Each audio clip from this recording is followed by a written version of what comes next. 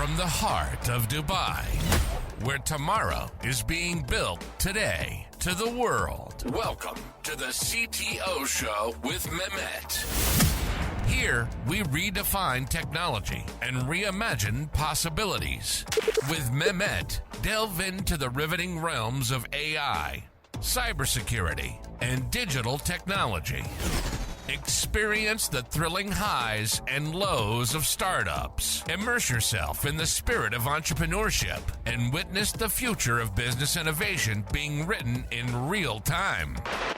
Now, without further ado, let's tune in and explore the future. Hello and welcome back to a new episode of the CTO Show with Mehmet. Today I'm very pleased joining me, Cheryl Cunningham, CEO of Huro AI. Cheryl, the way I love to do it is I keep it to my guests to introduce themselves. So just tell us a little bit about you, your background, and what you're currently up to. And then we're going to have a very engaging discussion about what you're currently doing at your current company, and then probably discuss a couple of other things as well. So the floor is yours. Well, sounds great, Mehmet. Thank you so much for having me, by the way. My name is Cheryl Cunningham. I'm CEO of Huro AI, and I have been CEO of Huro AI for close to 2 years, a little bit over 2 years now. My vision for Huro when I first founded it was actually quite different than the vision today. And the vision back then was that I wanted to help everyone generate revenue in this new day and age where robotics and AI are the future. And, I was fearful about 5 years ago. I was fearful for everyone that we were all going to lose our jobs to AI, right? And it was because of this fear that I founded Huro. And it was going to allow you to essentially leverage your AI or robotics and lease it out or sell it to other people so that you can generate a monthly income. So 5 years later, I finally made good on my dream of actually building Huro out. And today, what Huro is essentially a full agentic operating system to help entrepreneurs, solopreneurs, SMBs take their vision to success with a full agentic operating system behind them. So imagine essentially an entire company in a box. Wow. I love these stories. Now, Cheryl, out of curiosity, what brought you to the tech industry? Like, what attracted you in the first place? So, Mehmet, if you've seen my background, you probably know that I was in the food industry. In fact, most of my life, I've been in the service industry. And, I'm very much serving sort of attitude and personality, and I love serving. But after 25 years of entrepreneurship in the service industry, I realized that entrepreneurship is a very difficult journey. And what I wanted to do was to help ease that journey for entrepreneurs around the globe. My question at some point around 3 years ago to myself was, if we entrepreneurs are constantly building companies to help other businesses and consumers lead a better life, why can't we build something for ourselves? Why don't we build something to make our lives easier? Entrepreneurs, solopreneurs.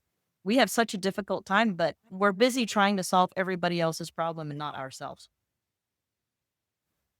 This is thought-provoking. Solving everyone else's problem except ourselves. Yeah. Now, maybe I would relate to what you're currently doing with Huro AI.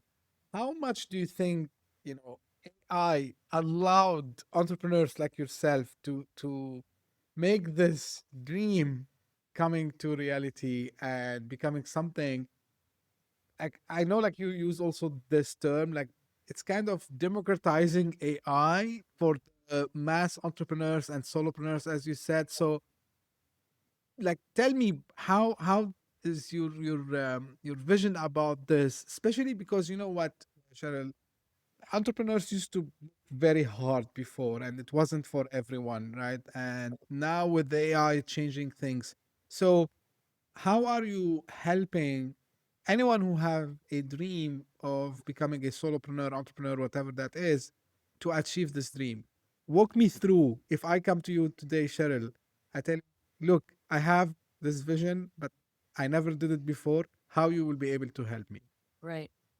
If you take a look at all the tools out there today, we have some amazing tools at our disposal nowadays, right? If you always wanted to be a musician, but you couldn't write music, you couldn't be a musician.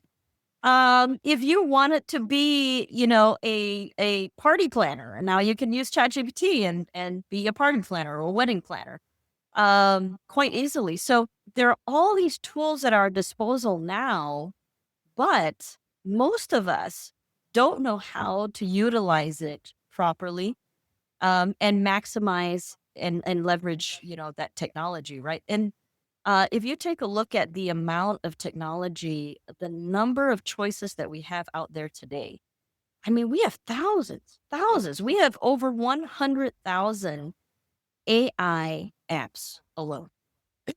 So, you know, as great as the technology is out there and the selection that is out there, most of us don't know where to begin. So, as a brand new entrepreneur, let's take a look at it from your point of view, where I'm brand new. I've never been an entrepreneur before. I don't know where to begin. Now, the natural instinct, right, Mehmet, and exactly what you just did is you told me what your mission and vision is. Mm-hmm. That's step number one. What are you trying to get to? What is that big vision and mission? Right? And then we work backwards from there. So all the tools that we have out there now to help entrepreneurs, they're all siloed tools. Okay, if you want to write an email and if you want to automate your email process, you use this tool. If you want to, have a automated design, for presentations, for example, you use, this tool. If you want to create, develop AI agents to, go do research for you or write papers for you, you use, specific agents to do that. But see, the problem is that all of these are siloed. They're all in its own little bucket. Now, as an entrepreneur, this is, where my experience comes in. I don't want a million different tools. I don't want to have to figure out, how do I stitch all these tools together? How do I stitch together my email automation with my design automation, with my social media automation? How do I stitch it all together to make it whole and be able to execute my vision? How do I, tailor all these tools to my vision to help execute my big vision in a way where it's seamless, in a way where all I have to do is tell you what my vision is. And then you can handhold me through the entire process, A through Z, in fine details. Step 1, you do this. Step 2, you do this. Step 3, you do this. Oh, and by the way, for step 1, I'm going to give you all the tools that you need to be able to do that. And let's take it a step further. Instead of just giving you the tools and telling you how to do it, I'm going to go ahead and try and do it for you. Mm-hmm. And how do I know how you like it done? Because I am hyper-personalized to you. So that's what we're offering here, is a hyper-personalized, end-to-end, full agentic operating system that holds your hand from start to finish and actually helps you execute it from start to finish. As a layman, that's the most important piece. As a layman, you no longer need to be able to know how to code. All you need to know how to do is speak your vision, communicate to people like you normally do. And your AI, who we call Gabby, her name is Gabby, she's your COO. she's going to be constantly listening. She's learning from you. She's understanding your challenges, your solutions, and she's going to help you execute along the way. And as she executes, if your vision changes, if your journey changes, if you suddenly have a challenge that you have to meet, a new problem, right, that changes your entire journey, she will modify the journey and retailor it to what you need it to be now. Right. So, and we don't have, this kind of a journey mapping tool yet. And that's what, our differentiator really truly is. It's really truly for the layman. It's not just for people who are technically savvy. Got it. Now, you mentioned something about personalization, and I know, this is the core of the AI technology itself, is its ability of understanding our patterns and our desires and our way of thinking. So I would imagine from what you just described, Cheryl, that there will be some onboarding phase. So Gabby, your AI agent, would understand me because I might not able from day one to express exactly the mission and vision. Because yeah, I came to you with this question. I was very clear, but as you said, maybe not everyone would be able to express themselves. So how would you be able also to extract this information, which is, I'm sure 100%, it is embedded within us, but some of us, we don't know how to express it. So, how Gabby gonna come and help me here so it can personalize based on the thing that I have? That's a great question, Mehmet. Most of us have dreams that we've always wanted to pursue, right? Whether it's professionally, whether it's home life, personal life, even your ambitions as a professional working in a large corporation. Most of us have this, idea of where we would like to be in the next year or two. So I would say that's a really great start, is have that conversation. What do you want to achieve in your personal life? And I think you'll find that, as you have a conversation with Gabby, once you start talking about, your personal life, and, she's asking you lots of really meaningful, deep questions, I think at some point you'll realize that, oh, what I really want to do is this. And it may not be um, a business. Not all of us are cut out to be entrepreneurs or want to be entrepreneurs. However, there is such a statistics out there right now, um, from Upwork, I believe, that says by 2030, 70% of us are going to be self-employed. So I think whether you wanted to be an entrepreneur or not, whether you're cut out to be or not, I think the future very much looks, to be headed towards an entrepreneurial economy. Right. Now, one thing, Cheryl, and you mentioned about being the one, the solopreneur, basically. We would have a lot of solopreneurs. In the age of AI and the agentic AI and all the things that are happening currently, do you envision that, for example, just I'll take you and me, so you decide to specialize, let's say, in marketing. I decide to specialize in, I don't know, maybe design. So me with my agents specializing in design would be interacting with you and your agents specializing in marketing. And then is this like, because at the end of the day, we need to sell our services to someone. And what I'm wondering, and I'm asking these questions, and maybe the audience will get bored of it, but I'm really curious to collect this, you know, as much as I can, opinions on the topic, which is, if we start, and we are doing it actually, use the AI, the agents, and so on, and you're calling it the operating system, which I like it also, in doing these tasks. So where still our roles would be? Is it like in the sales, closing phase? Is it in the after support? So where us as humans, uh, our role would be basically focused on when utilizing agents. I like to think of us as the source code, if you will. We lend our unique perspective as a rare, unique individual. Each one of us, that's what makes us so special, right? I grew up in a different way than you did. I had different friends, I had different experiences in life. And so the social media, even if the two of us created the same agents to do the same thing, Mm-hmm. our agents would inevitably become quite different solutions.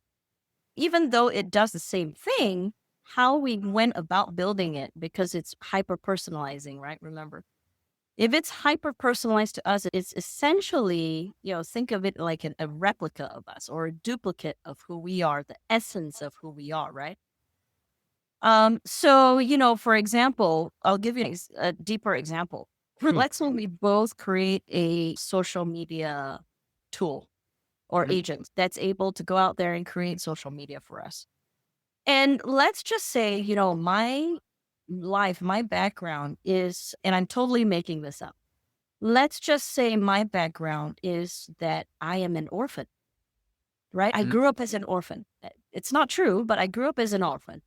And so I learned a lot of lessons about life as an orphan, right? You grew up in a village. Maybe you grew up in a village in, I don't know, somewhere in India, right? You can imagine that your life and my life are very, very different. And even though the two of us have created social media agents, the way your social media agent is going to be thinking and solving problems and who it targets is probably much more likely people who will identify with you coming from the background that you come from. Number one, you're Indian. Number two, you grew up in a village, so you see things very differently, right? The way you market to villagers versus the way you market to somebody in a metropolitan city is very different, Right. right? So, and for me, if I created a social media tool coming from an orphanage background, for example, maybe I will be much more targeted towards people who identify with that kind of a life where, maybe my background, I've had a difficult childhood. Um, and so the way I pitch, the way I tell my story is going to have a much different kind of messaging than the kind of messaging that you learned marketing to villagers that you grew up in, that you grew up. Right. Yeah. Right. Actually, you remind me of something I started to repeat recently. I'm not sure if I'm the only one who thinks this way, but to your point, because this was spot on for me, regardless of the AI and all the hype. When we talk tech startups, a lot of times we see like, take this playbook, repeat that, do this, do that. And I tell people, look, there are three dimensions, and it's not like the physical three dimensions we know. I say it's your location, where you are currently, it's the time, right? So let's say someone did it in 2010, but now we are in 2025. Right. And the third one is your personality, right? So these three, I call them the three dimensions. And I say you can't actually copy paste exactly another playbook, because one of these three, for sure, at least we know the time is different, right? At least we are sure that the time is different. So you cannot do it. And to your point, this was an eye opening also for me, honestly.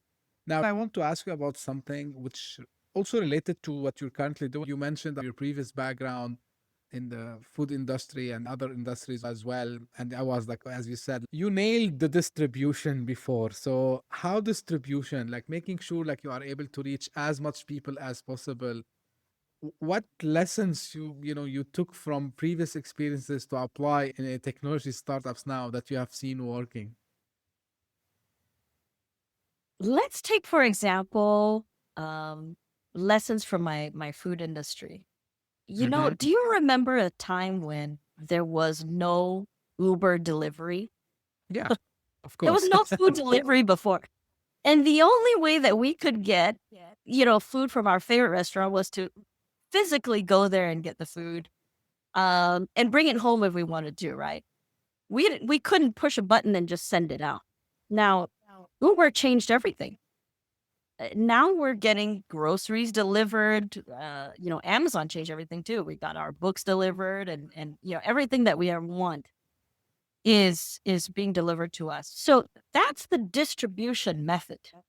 The Mhm. distribution method changed everything for everyone. So, think about, how do we then apply the distribution method question mark? How do we apply that improvement to technology? So, um, you got to think of it and kind of align it with, uh, let's just say, back to that restaurant industry example. The roads in which the cars drive on is the highway in which the food is being delivered to you, right? And of course, you need the people to deliver it to you as well. So let's apply it to the technology sector. What is the highway? It's, for example, cable, uh, Mhm. uh, Wi-Fi, fiber optics. That's the highway, right? Right. And then the people who deliver it to you, it is potentially the companies that deliver it to you. So your providers, your internet service providers, for example, those are the people that deliver cable TV to you. They Yeah. deliver, whatever services it is that you can buy from telecoms nowadays. So that's the distribution method that I believe, is the next era of how we revolutionize distribution method of technology. Makes sense. Makes sense to me. And I think it's becoming easier by the day. And it's becoming also, um, easy to, in a sense, like I'm not saying it's easy, but if you master, what you have or the steps that you have to do and visualize the way how to reach your customers, like indeed it would be going there. Now, one thing also related to what you're doing, and this is, stopped me when I read the bio. Um, so I've seen like you mentioned like, what you're doing currently, it has something to do with quantum and quantum AI. Out of curiosity, where do you envision quantum and quantum AI in the whole, Yeah. industry in a general, and maybe you have a vision also with what you're currently doing at Huro. Uh, uh, so the quantum piece came from almost like an existential problem of the ASI that we think we can develop, right? Mm-hmm. The question off the top of my head immediately, as soon as we started having discussions about this SI that we're developing, the immediate question was, well, isn't there an energy problem in the world today? And our technology is not going to help the energy crisis, it's going to make it worse. Yeah. And, our company, this logo that you see right here is a phoenix. But what you Right. can't really see is actually 4 stars at its beak. If you go onto our Wow. website, HuroAI.com, you'll see tiny little stars that you can't really, you got to really straighten almost. And those 4 stars, there's one big one, which we call the North Star. We are guided by our North Star. That's what that big star means. And then there are 3 smaller stars right around it. And the 3 small stars represent humanity's body, mind, and soul. Mm-hmm. So those 4 stars combined is our promise to humanity that we will take care of humanity's body, mind, and soul in every decision that we make. So then came the question of the ASI, and how are we going to solve the problem, not add to the problem? And number 2, was if we're going to build this ASI that's able to listen to our every single communication, to be able to learn from us, how much data is that going to require? I mean, this is massive, right? Massive amounts of data. How do we reduce that down to terabytes? And then lastly, the biggest problem, in my opinion, was, we are a society nowadays in which we expect everything immediately. We have zero patience, right? So if I were to ask Gabby, what did I get, Joe Schmo for a Christmas present 10 years ago? I don't want Gabby to have to, wait 3 days to come back to me with the answer. I want the answer immediately. If I want to test the feasibility of a new concept that I have, I want Gabby to be able to give me the feasibility study and results immediately, like within seconds. Mm-hmm. So if we are going to have Gabby listen to, say, 10 years of data, which is an insane amount of data, right? How can Gabby sift through 10 years of data plus a world of knowledge, the global knowledge out there, in order to give me the answer that I'm looking for? None of these three problems are possible to solve without quantum. So we went about solving this problem with the idea that quantum is achievable. Now, when we started looking at how achievable quantum actually is, obviously it's not reality at the moment because none of us have a freezer that's able to, store this sub-zero chip, quantum chip. Neither do we have laptops that's able to process, at quantum speed right now. So, what we had to do was essentially say, well, we're restricted by physics. We're restricted by where we are currently in technology. How can we get to quantum level using the parameters and resources that we currently actually have? And so we were able to actually think outside the box. And the beauty of this is that because we're not quantum scientists, we were able to think and create quantum technology that was not dependent on sub-zero temperatures. Okay. That's, super, I would say, inspiring because you're trying to solve the unsolvable to me, and you're trying to leverage your own technology to get to that next level. And I like when you said about these three stars and what they represent and the intersection with technology. When you talked about and you were describing the quantum computing and the way still we can't actually do it because of the physical barriers, let's call them this way.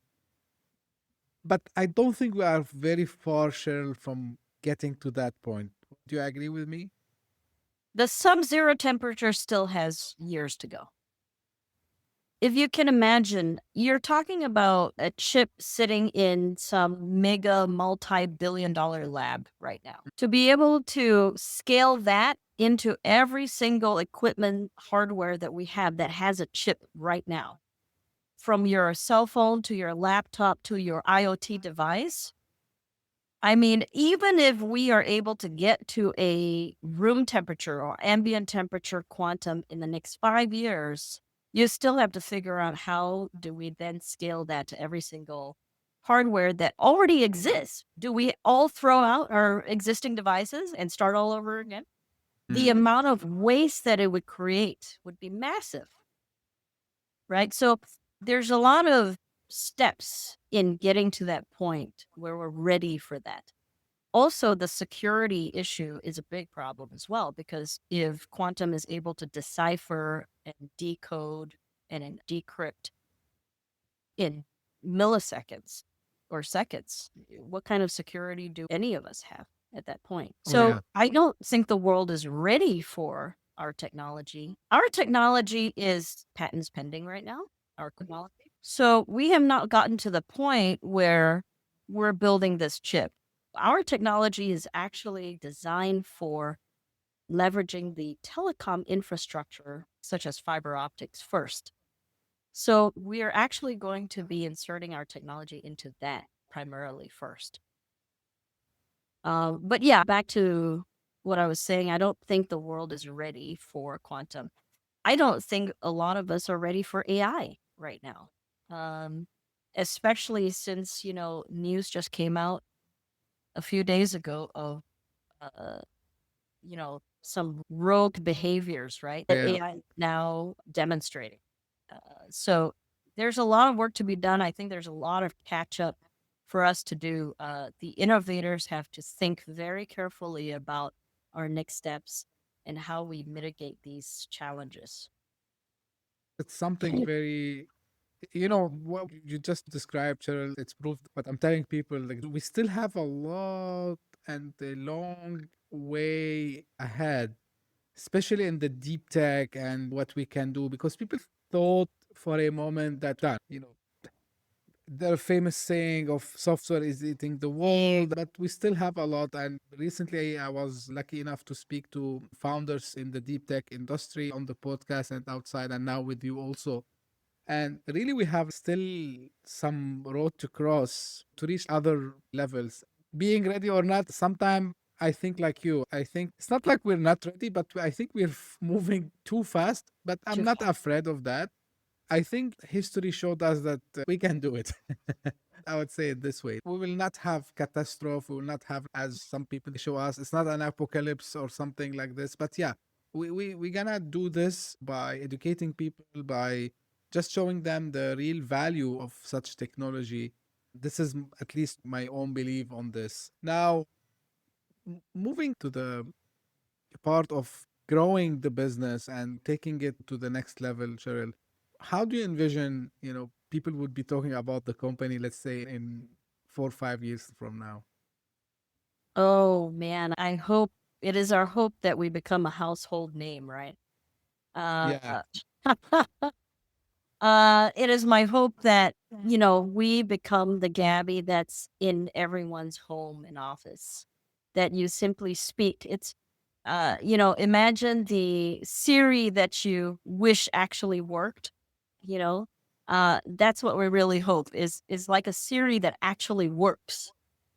And this Siri is always constantly maneuvering to help you achieve whatever your goal is, whether it's a goal for your family, whether it's a personal goal, career goal, professional goal, life goal, whatever it is you want to achieve, it's going to help you.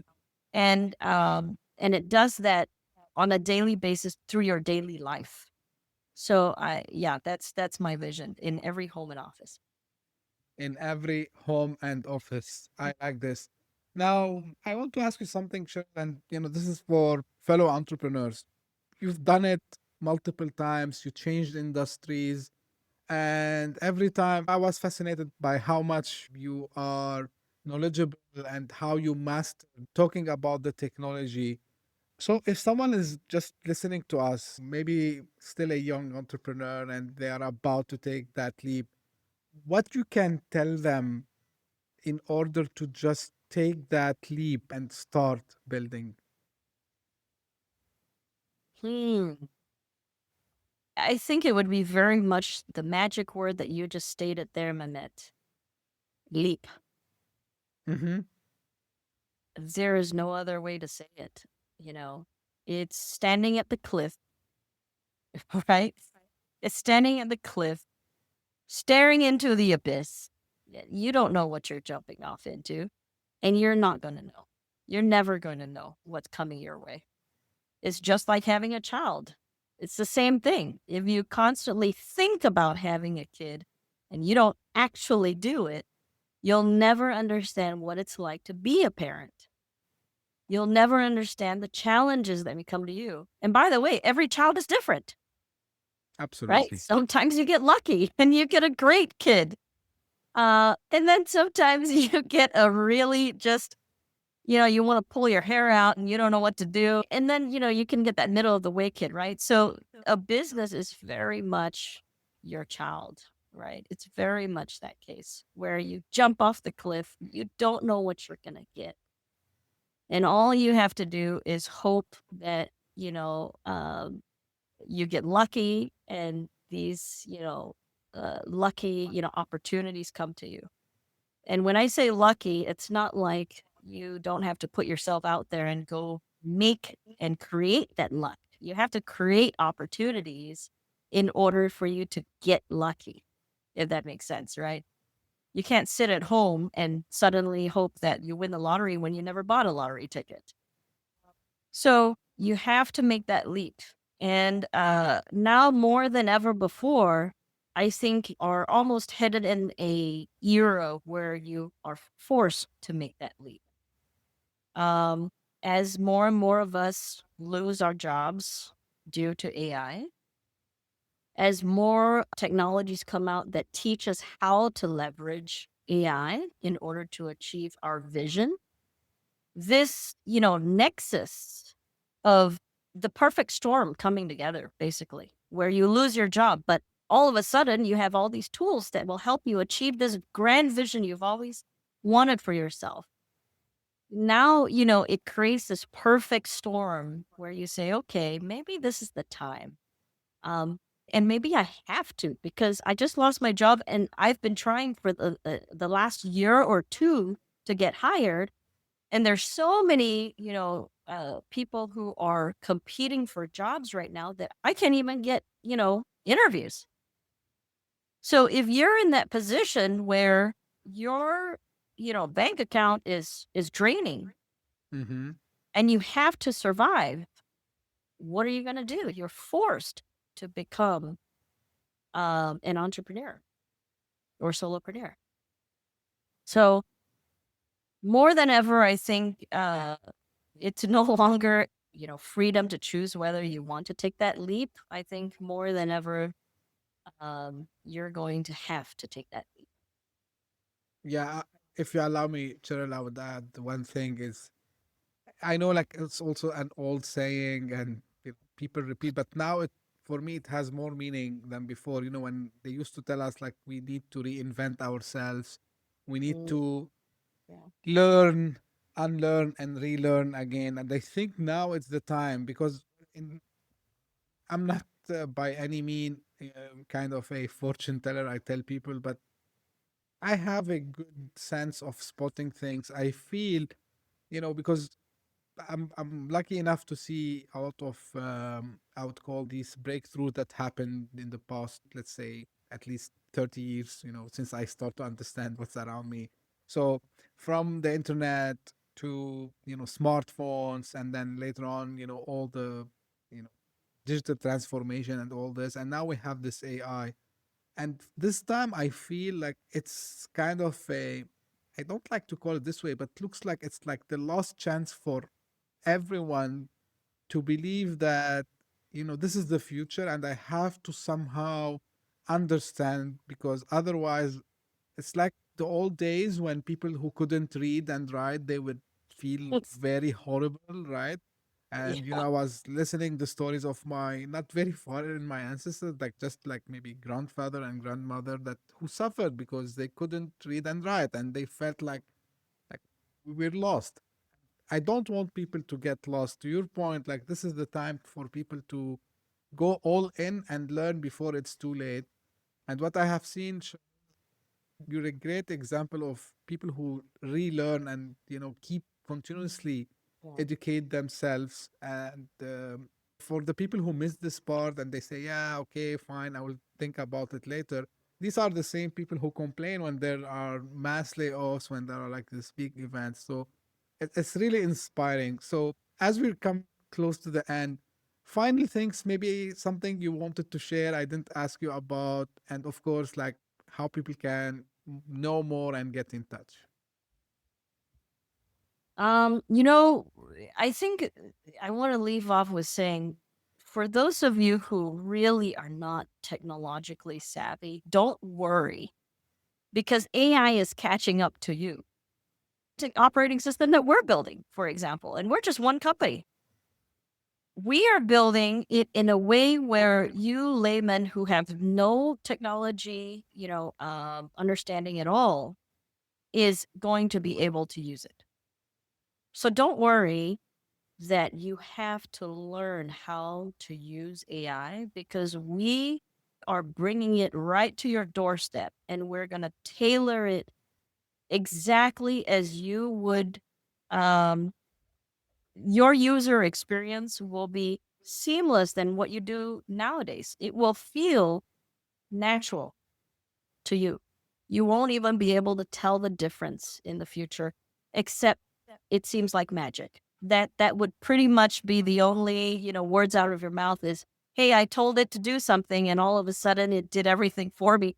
It's like magic. I think that's going to be the new thing. So I wouldn't worry much about that. What I would really worry about is, in the future where everyone is innovating at the speed of light, quite literally at the speed of light. If I were able to just, think about what we just suggested we're creating, right? We're creating a operating system in which you can tell it your dreams and it will go make your dream come true. Yeah.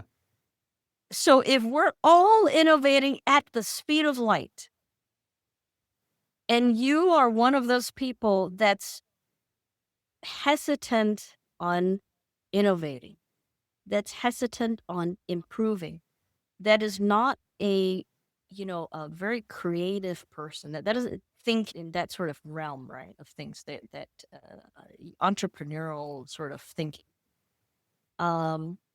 How will you then compete in the future? How will you survive? Yeah, I honestly think the question, and I hate to sound, almost putting the fear in people, but I do think it's no longer a question of, can I use technology to further improve my life? I think it is a matter of survival now.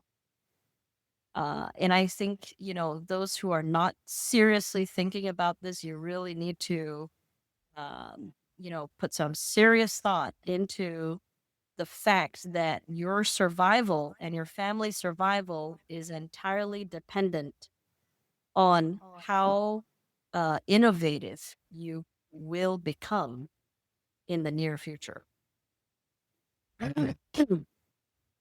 Right. Where people can get in touch. So, HuroAI.com, and you'll see the words right there. HuroAI.com is our website. Now, when you go to our website, you're going to see only basically in our interpretation technology. We're not necessarily, blasting out to the world that we are creating the Agentic operating system right now. We will be launching that actually very soon. So we are looking for beta testers right now. So if you are interested, please reach out to us. And just simply send us an email on the website. There's contact information on the contact page, and let us know in the subject line that you are interested in becoming a beta tester. Sure. I will encourage people to do so, because it's very promising what Cheryl and the team are building. And yeah, everything will be in the show notes so they can reach out from there. Just one point before I close about what you said. Yeah, it is a survival kit today, same as, you know, back in the days they used to take food and, water with them. So now we need to have the technology. Like without that, yeah, it's a survival matter. And 100% I agree with you, Cheryl. Really, it was a very engaging, thought-provoking conversation with you, Cheryl. I really enjoyed it. I learned a lot from you. I like the energy. I like, the way how you have this complete vision of where you want to take, this agentic AI and how you want to help, which is more important, in my opinion, the mission that you have to empower everyone to start businesses and help people who already started it in achieving, and getting their full-fledged, dreams and vision realized. So I really thank you for being here with me today. And I know for a CEO how much busy it can be. So thank you for your time. And this is for the audience. So as I mentioned, all the links will be in the show notes. And if you just discovered this podcast by luck, thank you for passing by. I hope you enjoyed. If you did so, give me a small favor, subscribe, share it with your friends and colleagues so we can reach more people. And if you are one of the people who comes again and again, thank you very much for your loyalty. Thank you very much for making something special for the show. And I'm repeating it recently in every episode. This is because of you, the audience, and of course, my guests. We are making it in the top 200 Apple Podcast charts across multiple countries. In June and in May, we did it into 6 countries at the same time. I never saw something like this before. And I hope this will continue. Not because of me, of course, because as I said, the audience and my guests. So thank you very much. And as I say always, stay tuned for a new episode again. Thank you. Bye-bye. Hit that subscribe button, share the show with your tech-savvy friends and fellow entrepreneurs, and leave us a review on your favorite podcast app. Your support means the world to us.